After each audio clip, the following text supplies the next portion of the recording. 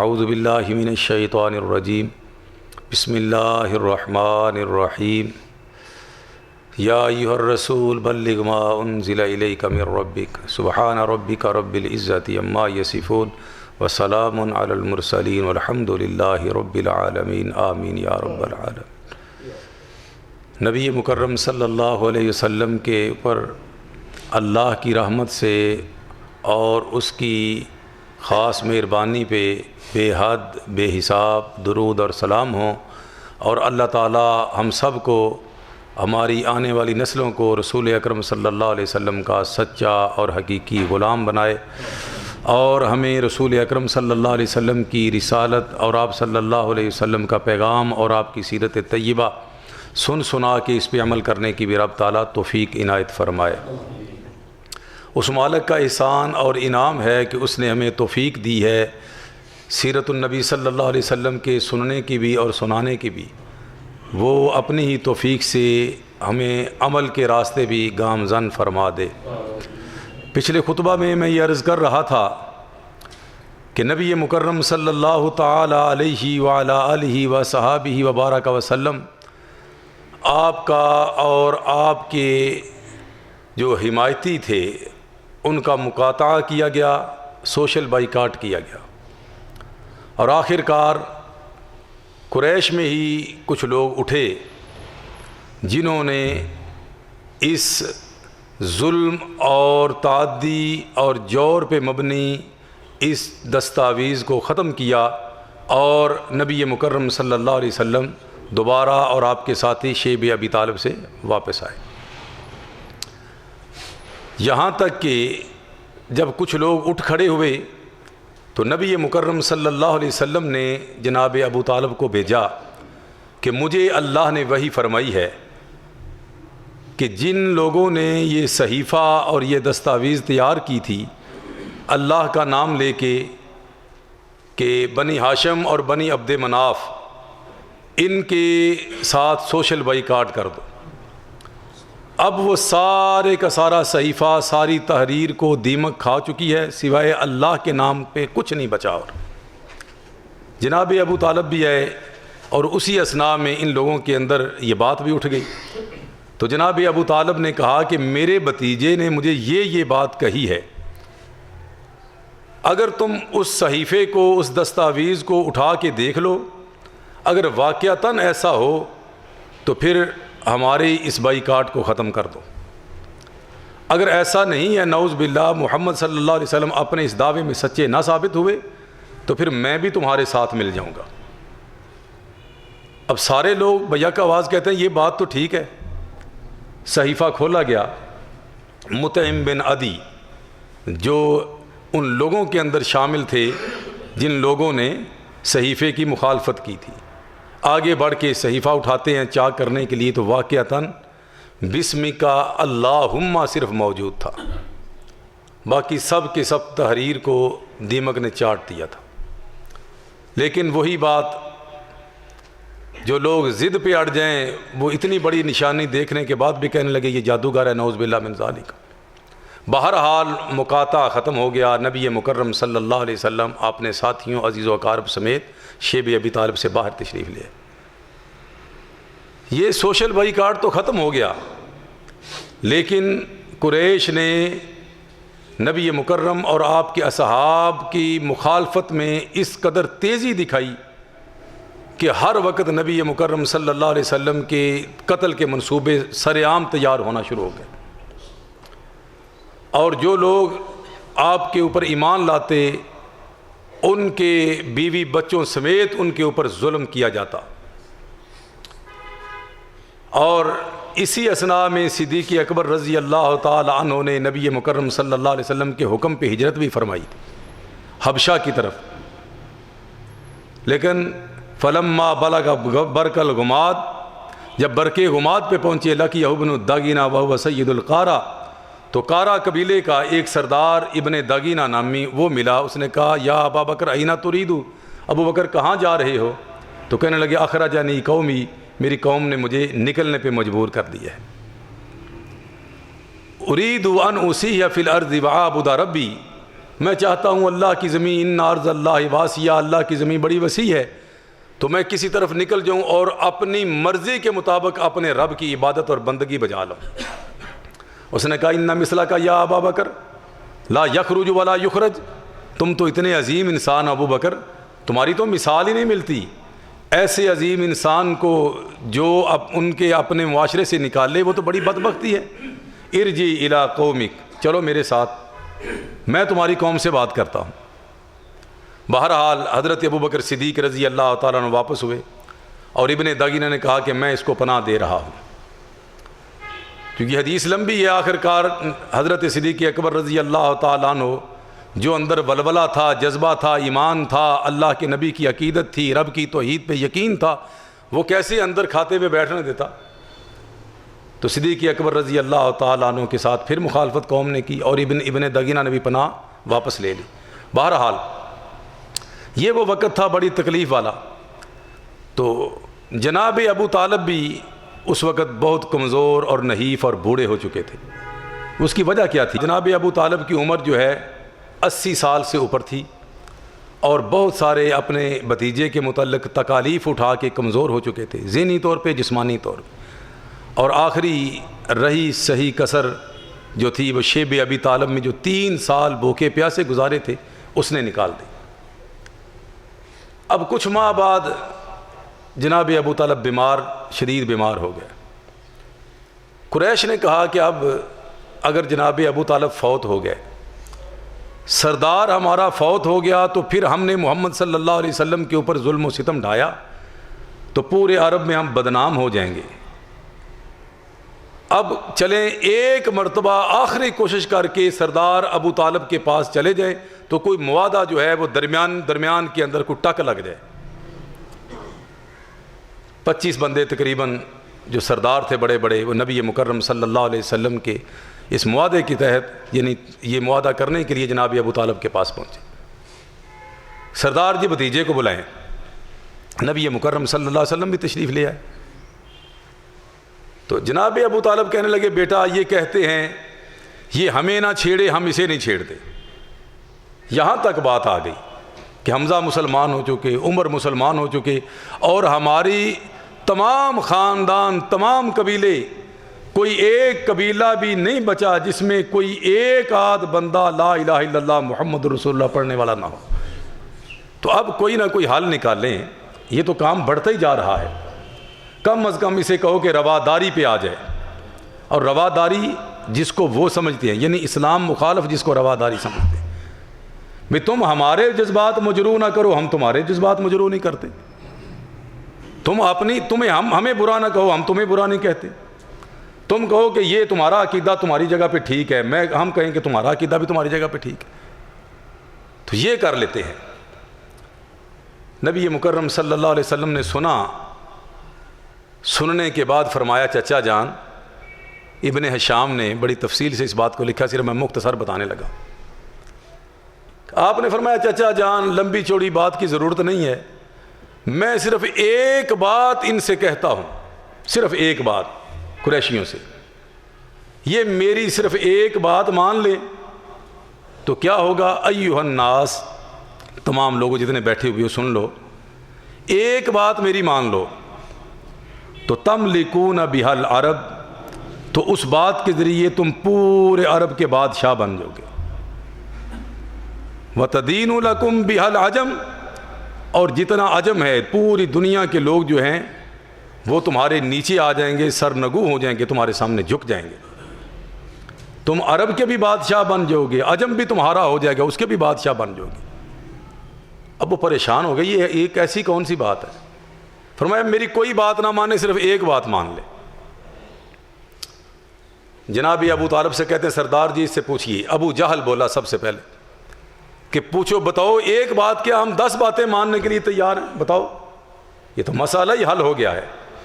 تو میرے آقا صلی اللہ علیہ وسلم نے فرمایا قولوا لا الہ الا اللہ محمد الرسول اللہ صلی اللہ علیہ وسلم تملکوا بہا العرب وتدین بہا العجم، تمہاری موجیں بن جائیں گی، لا الہ الا اللہ پڑھ لو۔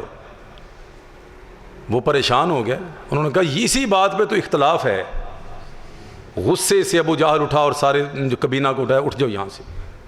قرآن کریم نے اس کا نقشہ کھینچا ہے، صاد والقرآن ذی الذکر بل الذین کفروا فی عزۃ وشقاق کم اہلکنا من قبلہم من قرن۔ یہ وہ لوگ ہیں جی اللہ کے ذکر کو دیکھ کے دوڑ پڑے ہیں، تو کم اہلکنا من قبلہم من قرن فنادوا ولا حین مناص، اور ان سے پہلے ہم کتنے لوگوں کو تباہ و برباد کر دیا ہے، لیکن اس وقت ان کا چیخنا چلانا کام نہیں آئے گا روز قیامت۔ واجبوا ان جاءہم منہم منذر منہم واجبوا ان جاءہم منذر منہم وقال الکافرون ھذا ساحر کذاب۔ ان کو تکلیف یہ ہے، پریشانی یہ ہے کہ انہیں کی برادری میں سے، انہیں کی نسل سے، ان کے عزیز و اقارب میں سے ایک انسان ان کا رہنما بن گیا ہے، بس یہ پریشانی ہے ان کو۔ اور یہ کیا کہتے ہیں؟ ھذا ساحر کذاب۔ یہ کافر لوگ، منکر لوگ کیا کہہ رہے ہیں؟ یہ نعوذ باللہ جھوٹا بھی ہے اور جادوگر بھی ہے۔ کیوں؟ اجعل الآلہۃ الہ واحدہ، یہ سارے مشکل کشا جن کے ہم نے آستانے سجائے ہوئے ہیں، جن کے ہم نے دربار بنائے ہوئے ہیں، جہاں پہ ہم نے پوری پوجا پاٹ کے سلسلے سجائے ہوئے ہیں اور بڑی بڑی شبیہیاں اور تصویریں گاڑ کے رکھی ہوئی ہیں، اوپر سے لے کے نیچے تک فلاں حضرت صاحب، فلاں حضرت صاحب، فلاں حضرت صاحب، یہ کرتے ہیں، یہ بزرگ وہ کرتے ہیں، یہ بزرگ، یہ سارے آستانے ہمارے ویران کرنا چاہتا ہے۔ اجعل الآلہۃ الہ واحدہ، یہ ایک ہی مشکل کشا، ایک ہی مشکل کشا کہتا ہے۔ یہ اللہ کے نیچے جتنے مشکل کشا ہیں ان سب کا صفایا کرنا چاہتا ہے، یہ نہیں ہمیں منظور، یہ ہم بالکل قطعاً نہ مانیں گے۔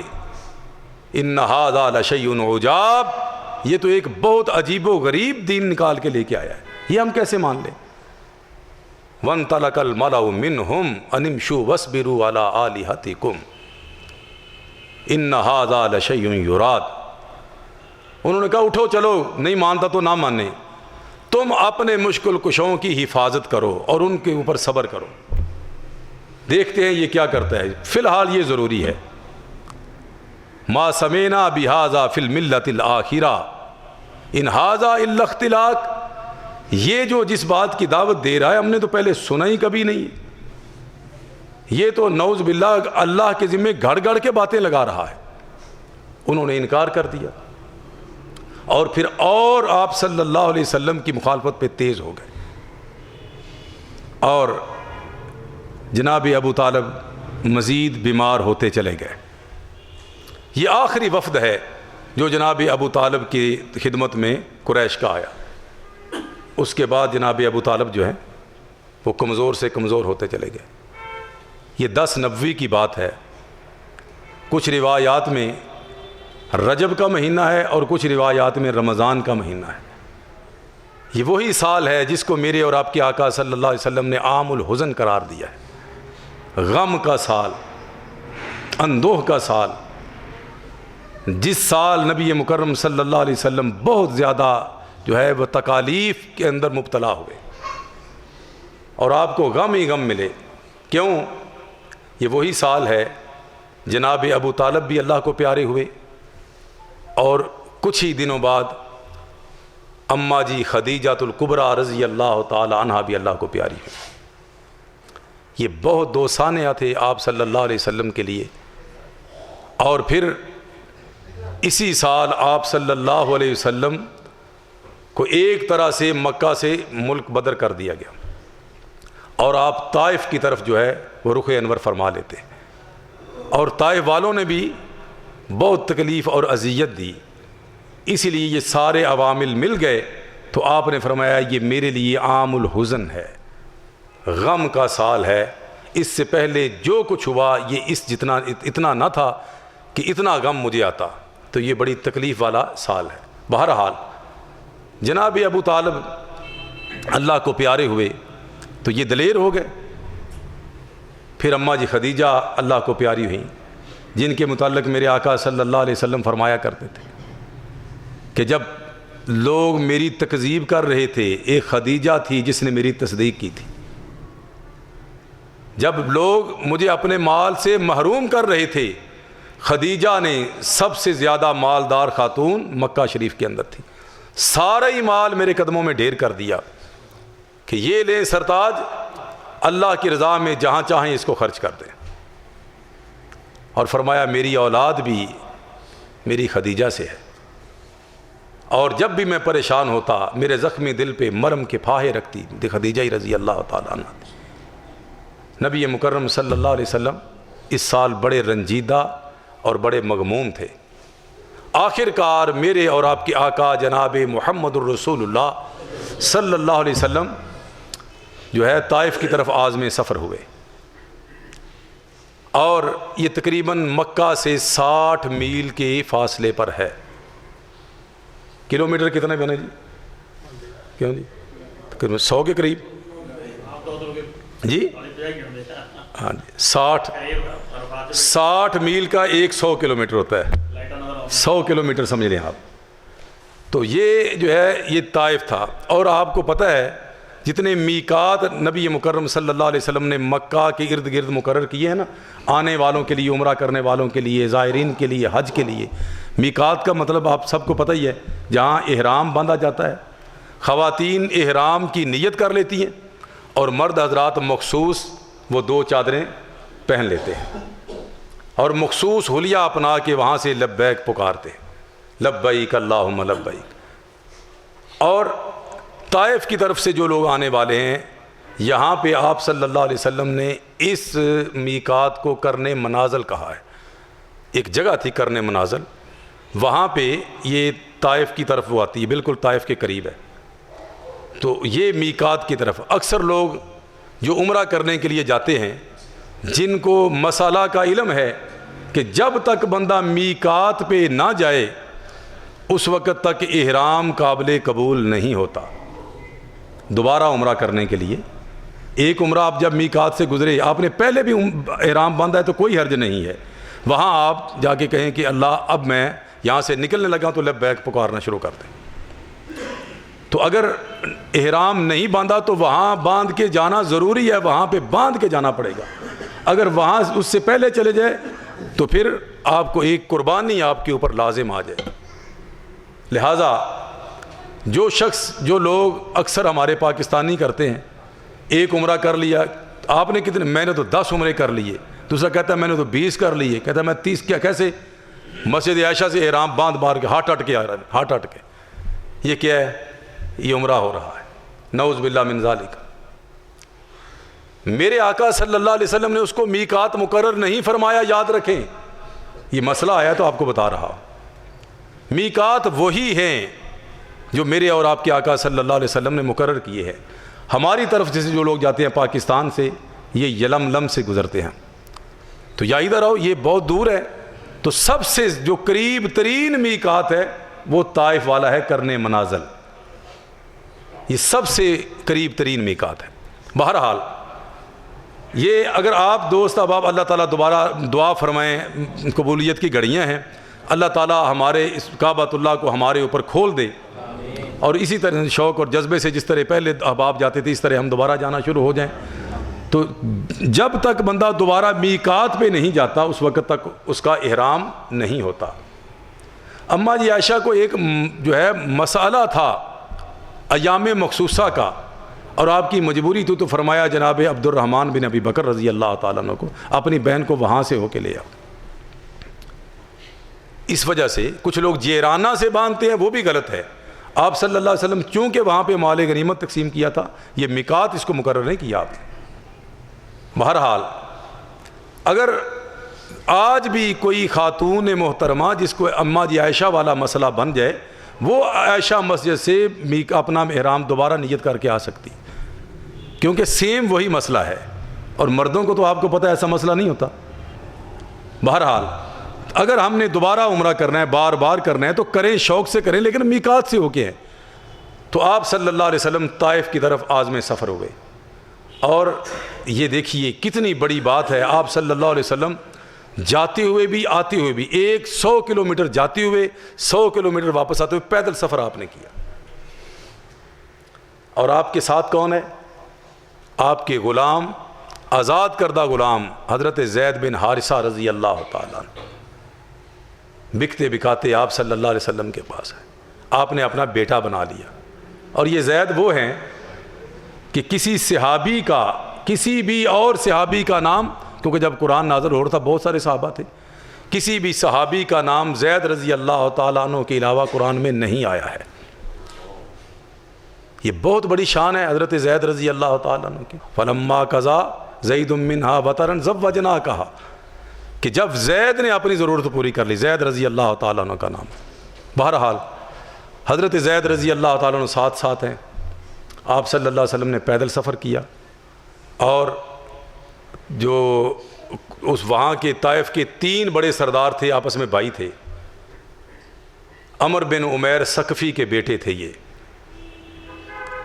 اور یہ تینوں ہی بہت بڑے سردار تھے. اور ان تینوں کے پاس نبی مکرم صلی اللہ علیہ وسلم تشریف لے گئے اور فرمایا کیا کہ میں اللہ کا رسول بن کے آیا ہوں، تم اللہ کے دین کے لیے جو ہے میرے ساتھ تعاون کرو، مجھے یہاں پناہ دو. تو ایک بھائی نے کہا نعوذ باللہ من ذالک، اگر تمہیں اللہ نے رسول بنا کے بھیجا ہے تو میں کعبۃ اللہ کا غلاف پھاڑ دوں، نعوذ باللہ. دوسرے نے کہا کہ تمہارے علاوہ اللہ کو رسول نہیں بنانے کے لیے کوئی ملا. تیسرے نے کہا میں تمہارے ساتھ بات ہی نہیں کرنا چاہتا. کیوں؟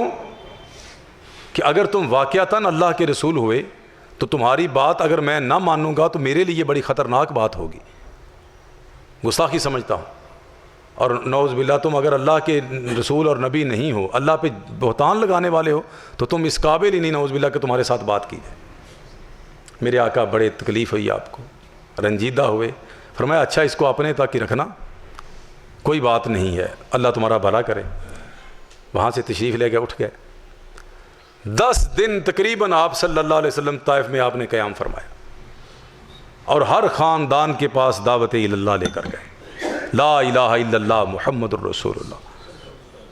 اور دیکھیے اللہ کی قدرت، کوئی ایک بندہ بھی دائرہ اسلام میں داخل نہیں ہوا. سب نے آپ صلی اللہ علیہ وسلم کو مایوس کیا اور بڑی تکلیف دہ آپ کا رویہ اختیار کیا. اور جب آپ صلی اللہ علیہ وسلم واپس پلٹنے لگے 10 دن کے بعد، ان ظالموں نے یہاں تک محدود نہیں رہے یہ، بلکہ انہوں نے اپنے کچھ نوجوانوں کو جو اوباش اور بدماش اور گندی نیت والے تھے، ان کو من چلوں کو آپ صلی اللہ علیہ وسلم کو تکلیف دینے کے لیے مامور کر دیا. جب آپ واپس پلٹے تو آپ کے دائیں اور بائیں طرف، جس راستے سے آپ نے واپس آنا تھا، راستے کے دونوں اطراف ایک بھیڑ لگ گئی نوجوانوں کی، بدماشوں اور عیاشوں کی، دائیں اور بائیں طرف.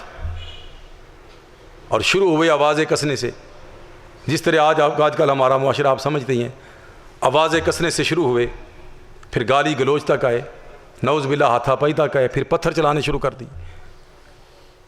ایک شریف النفس بندہ کہاں تک برداشت کرے گا؟ ہم اپنے آپ کو دیکھیں. لیکن اتنے حوصلے والا اس نہ آسمان نے دیکھا، نہ زمین نے دیکھا، نہ سورج نے دیکھا، نہ چاند نے دیکھا، نہ سیاروں نے دیکھا، نہ ستاروں نے دیکھا، چشم فلک نے نہیں دیکھا. نبی مکرم صلی اللہ، حضرت زید رضی اللہ تعالیٰ عنہ ڈھال بنے ہوئے ہیں آپ کی ارد گرد، بیچارے گھوم رہے، اور بیچ بچاؤ کراتے کراتے حضرت زید رضی اللہ تعالیٰ عنہ کا جسم مبارک زخمی ہو گیا، سر مبارک زخمی ہو گیا، خون رسنا شروع ہو گیا. اور آپ صلی اللہ علیہ وسلم کو تاک تاک کے یہ لوگ پتھر مار رہے. ذرا تصور کریں یہ دین اسلام ہم تک کیسے پہنچا. ہم تو آج جماندرو مسلمان ہیں. میں مسلمان ہوں، میرا باپ مسلمان تھا. آپ مسلمان ہیں کہ آپ کے ماں باپ مسلمان تھے. ہمیں نہ زور لگا، نہ ہمیں محنت کرنی پڑی، نہ کچھ خرچ کرنا پڑا، نہ ہمیں کوئی تکلیف آئی، تو ہمیں تو کچھ بھی نہیں ہوا. تو دیکھیں ہمارے آقا، ہمارے پیر و مرشد صلی اللہ علیہ وسلم، کیا اسلام لانے کے لیے آپ کو تکلیف ہو رہی تھی؟ اللہ کو ماننے کے لیے تکلیف ہو رہی تھی؟ نہیں، دین کی دعوت دینے کے لیے تکلیف ہو رہی تھی. دین آگے لوگوں تک منتقل کرنے کے لیے تکلیف ہو رہی تھی. اور یہ آپ پہ فرض ہے، جس طرح آپ پہ فرض تھا ہمارے اوپر بھی فرض ہے. یہ سیرت النبی اسی لیے ہم سن رہے ہیں کہ اللہ تعالیٰ ہم سب کو اس پہ عمل کرنے کی توفیق عطا فرمائے. تو آپ نے فرمایا بلغوا عنی ولو آیا، جس طرح اللہ کا حکم تھا بلغ ما انزل الیک من ربک. خطبہ کے شروع میں یہ میں نے آیت مبارکہ کا ٹکڑا پڑھا ہے کہ میرے محبوب صلی اللہ علیہ وسلم جو کچھ آپ کی طرف میری طرف سے آیا ہے یہ آگے پہنچائیں، یہ آپ کی ذمہ داری ہے.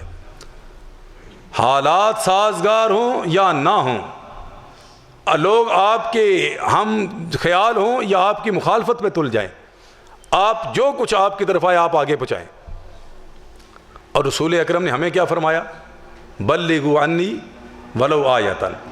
اگر تمہارے پاس بھی ایک آیت میری طرف سے آ رہی ہے وہ بھی آگے پہنچانے کے تم پابند ہو، تمہارے اوپر فرض ہے. کیونکہ کنتم خیر امۃ اخرجت للناس، تم نکالے ہی بنائے ہی لوگوں کی رہنمائی کے لیے گئے امت مسلمہ. اور میں اور آپ ذرا دیکھیں کہ ہم نے کہاں تک اس فرض منصبی کو جو ہے وہ آگے تک پہنچایا ہے، کہاں تک ہم نے فرض منصبی پہ عمل کیا ہے. ہم تو 2 اور 4 4 اور 8 8 اور 16 پہ کے چکر میں ہیں نا. پھر بھی میں کہتا ہوں کہ ہم مسلمان ہیں اور ہم اللہ کے نبی کے سچے عاشق ہیں. یہ کیسی عاشقی ہے؟ اللہ تعالی ہم سب کو ہدایت نصیب فرمائے. میرے اور آپ کے آقا جناب محمد الرسول اللہ صلی اللہ علیہ وسلم نے مارے کھائی لوگوں کو مسلمان بنانے کے لیے، لوگوں کو مسلمان بنانے کے لیے. اور ہم نے ہاتھ میں فتویٰ پکڑا ہوئے لوگوں کو کافر کرنے کے لیے. میرے اور آپ کے آقا جناب محمد الرسول اللہ صلی اللہ علیہ وسلم جب واپسی مڑے، دائیں بائیں یہ نوجوان گستاخ اکٹھے ہو گئے اور آپ صلی اللہ علیہ وسلم کے پاؤں مبارک دونوں اس قدر زخمی ہوئے کہ آپ کے جوتے خون سے، آپ کے خون مبارک سے رنگین ہو گئے، آپ کے جوتے مبارک تر ہو گئے.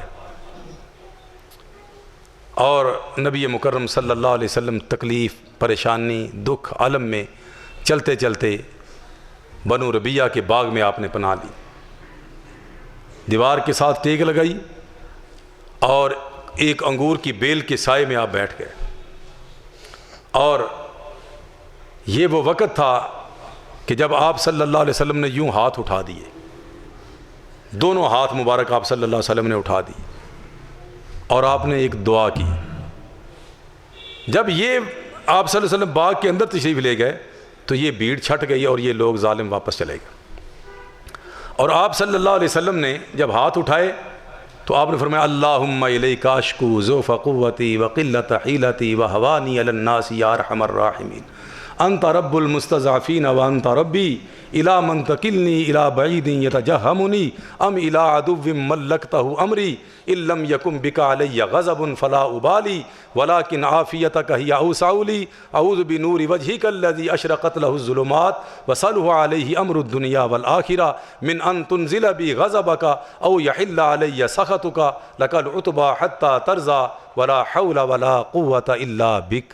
یہ دعا آپ صلی اللہ علیہ وسلم نے وہاں یہ انگور کی بیل کے نیچے اس کے سائے میں دیوار کے ساتھ باغ کے اندر ٹیک لگا کے آپ صلی اللہ علیہ وسلم نے دونوں ہاتھ اٹھا کے یہ دعا فرمائی.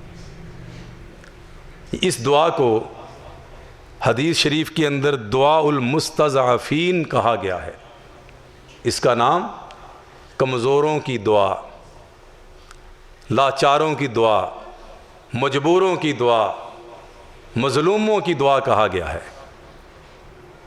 اللہ تعالی ہم سب کو ایسی دعائیں یاد کرنے کی توفیق عطا فرمائے. حقیقت یہ ہے یہ جو دعائیں ہوتی ہیں یہ مومن کا ہتھیار ہیں، اسلحہ ہیں. الدعاء سلاح المؤمن. مجھے ایک دوست نے بات بتائی، جماعت اسلامی کے وہ ایک ضلعی امیر بھی رہ چکے ہیں، تو انہوں نے مجھے بات بتائی. آگے ان کے یعنی صوبائی ایک امیر تھے، ان کے ساتھ یہ مسئلہ پیش آیا. پہلے اس وقت صوبائی امیر نہیں تھے.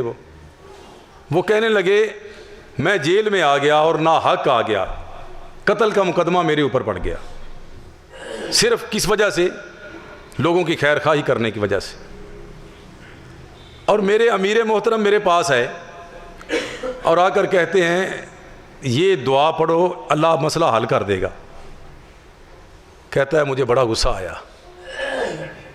تم ہمارے امیر ہو، اتنی طاقت والے ہو، اختیار والے ہو، تم یہ نہیں کہتے کہ میں ابھی منسٹر سے بات کرتا ہوں، میں ہوم سیکرٹری سے بات کرتا ہوں، ایسی کی تیسی کر دوں گا، تمہیں شام سے پہلے میں مقدمہ سے رہائی دلوا دوں گا. دعا بتا رہے ہیں مجھے. لیکن مطلب سلجھا ہوا بندہ تھا، کہتا ہے جی ٹھیک ہے، چپ کر گیا.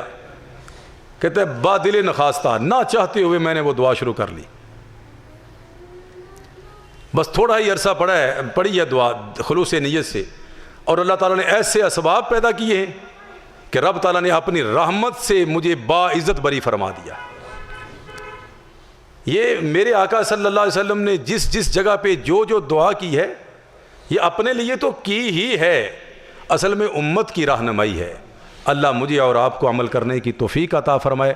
انشاءاللہ آئندہ جمعۃ المبارک کو اس دعا کا ترجمہ بھی کریں گے، پھر اس سے بات آگے چلے گی انشاءاللہ. اللہ مجھے اور آپ کو عمل کی توفیق عطا فرمائے. آخر دعوانا الحمدللہ رب العالمین. الحمد للہ نحمده ونستعینه ونستغفره ونعوذ باللہ من شرور انفسنا ومن سیئات اعمالنا من يهده الله فلا مضل له ومن يضلله فلا هادي له. اشهد ان لا اله الا الله وحده لا شريك له واشهد ان محمدا عبده ورسوله. اللهم صل على محمد وعلى آل محمد كما صليت على إبراهيم وعلى آل إبراهيم إنك حميد مجيد. اللهم بارك على محمد وعلى آل محمد كما باركت على إبراهيم وعلى آل إبراهيم إنك حميد مجيد.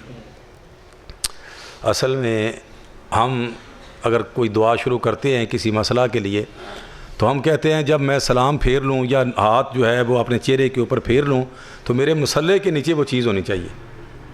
تو پھر یا 2-4 دن پڑھ کے مایوس، کام تو ہوا نہیں، میں نے بڑی دعا کی ہے قبول تو ہوئی نہیں. یاد رکھیں بے یقین لوگوں کی اللہ دعا قبول نہیں فرماتے. یہ خلوص نیت سے نہیں، یہ غافل دلی سے آپ پڑھتے ہیں. اور بعض اوقات نہیں، اکثر اوقات ہم دعا پڑھتے ہیں کرتے نہیں.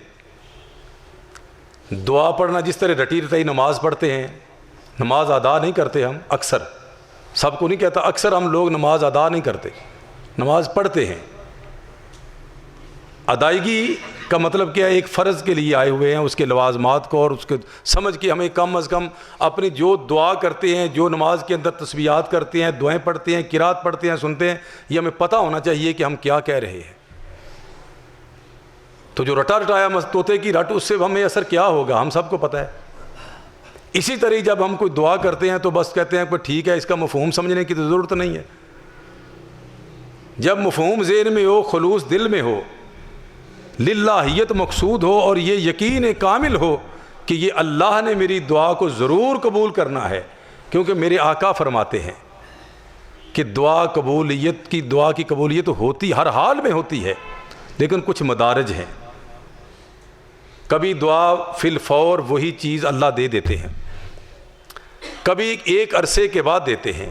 اور حدیث پاک میں تو یہاں تک آیا ہے کچھ لوگوں کو اللہ جلدی فارغ کر دیتے ہیں، جو اس کو فرشتوں یہ اس کو فلاں کام کر دو.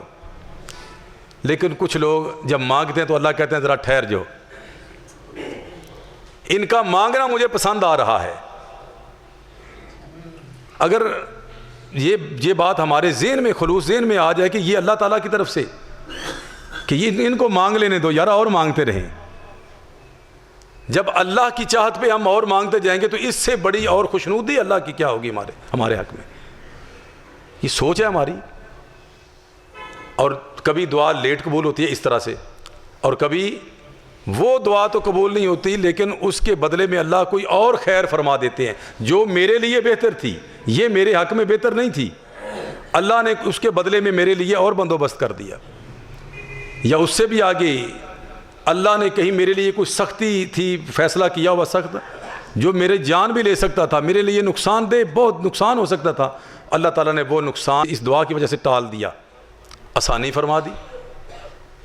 اور ایسی بھی دعا ہے کہ اللہ تعالیٰ دنیا میں قبول ہی نہیں فرماتے. مانگتا رہو، میرا بندہ مانگتا ہوا مجھے اچھا لگتا ہے، نہیں دینا اس کو کچھ بھی. اور روز قیامت، کیونکہ یہ تو دنیا سفر ہے نا، سفر آخر کار ختم ہو جاتا ہے. کسی بھی ملک کا آپ سفر کر لیں، کتنے بھی کٹھن مراحل سے گزریں، سفر ہے، آخر کار تمام ہونا ہے، منزل پہ پہنچنا ہے۔ تو منزل کے لیے اللہ تعالیٰ، اس جنت کے لیے اللہ تعالیٰ دعا کو ذخیرہ فرما دیتے۔ اور روز قیامت جب بندہ جائے گا، جو دعائیں قبول نہیں ہوئی وہاں پہ دیکھے گا تو کہے گا اللہ یہ اتنی ساری چیزیں، اتنے انعامات، میں تو اس قابل نہیں تھا، یہ کہاں سے آ گئے؟ تو اللہ فرمائیں گے وہ دعائیں جو دنیا میں کیا کرتے تھے تو میں نے وہاں تمہارے لیے ذخیرہ رکھی ہوئی تھی۔ تو پھر بندہ خواہش کرے گا کہ یا اللہ دنیا میں میری پھر قبول ہی کوئی نہ ہوتی۔ اللہ تعالی ہم سب کو سمجھنے کی توفیق عطا فرمائے۔ تو یہ غافل دل سے دعا نہیں کرنی، مایوس ہو کے دعا نہیں کرنی۔ دعا کا مطلب دعا ہے، اور یہ الدعاء سلاح المؤمن، یہ مومن کا ہتھیار ہے، اسلحہ ہے۔ جب دعا سے بندہ عاری ہو جاتا ہے تو سمجھ لو اس کا اسلحہ چھوٹ گیا، دفاع بھی کوئی نہیں، اسلحہ بھی کوئی نہیں، ہتھیار بھی کوئی نہیں، تو کرے گا کیا؟ نہتھا ہے، اور نہتھا بندہ کبھی بھی کامیاب نہیں ہوا۔ جس چیز کے لیے جو چیز ضروری ہے وہ ہاتھ میں نہیں ہے تو کرے گا کیا؟ اللہ مجھے اور آپ کو عمل کرنے کی توفیق عطا فرمائے۔